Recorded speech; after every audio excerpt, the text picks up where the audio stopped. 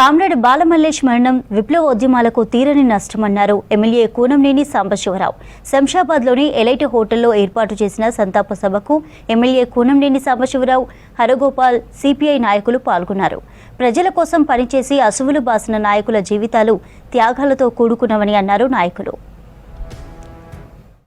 కార్మికుల కోసం పనిచేసేవాళ్ళు, పోరాటం చేసేవాళ్ళు మన జగన్ సంఘ ఏఐటీసీఆ, సిఐటిఓ లేకపోతే ఎర్రజెండా సంఘ. ఎంతమంది ఎర్రజెండా సంఘాలు ఓట్లు వేస్తారో చెప్పండి.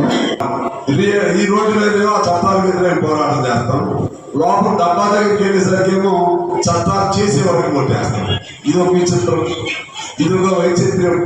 ఇవన్నీ మనం ఎప్పుడు జనాలకు ఎప్పుడు చెప్పాలి, ఎప్పుడు నేర్చుకోవాలి. మనందరం తలుచుకుంటే వాడు ఈ భూమి మీద ఉండగలుగుతారా?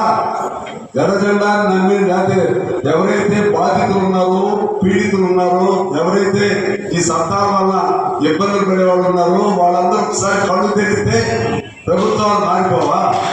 ప్రభుత్వాలు ఉంటాయాక ఎర్రజెండా ప్రభుత్వాలు ఎక్కువ వస్తాయి.